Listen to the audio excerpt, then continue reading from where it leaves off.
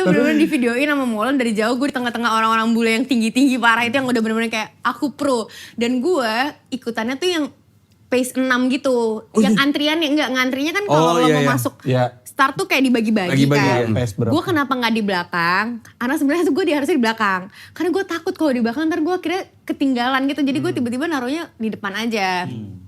Jadi gue bener-bener kayak kecil sendiri terus deg-degan parah. Yang kayak tadi kan gak mau kayak doain aku ya. Itu kan bisa. Tapi kalau gak ada Molen kan gue kayak ya I'm okay, I'm fine gitu. Kayak let's do this gitu kan. Tapi dari jauh Molen videoin muka gue kayak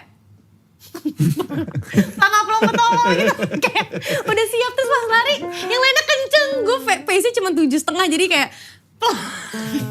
lama-lama semuanya ninggalin gue. Karena kan harus sesuai pace kan. Iyalah. Pace lu lumayan loh. Baru kilometer ketiga saya sakit banget. Sakit banget apa? Deg-degan parah. Saya mules, saya berak.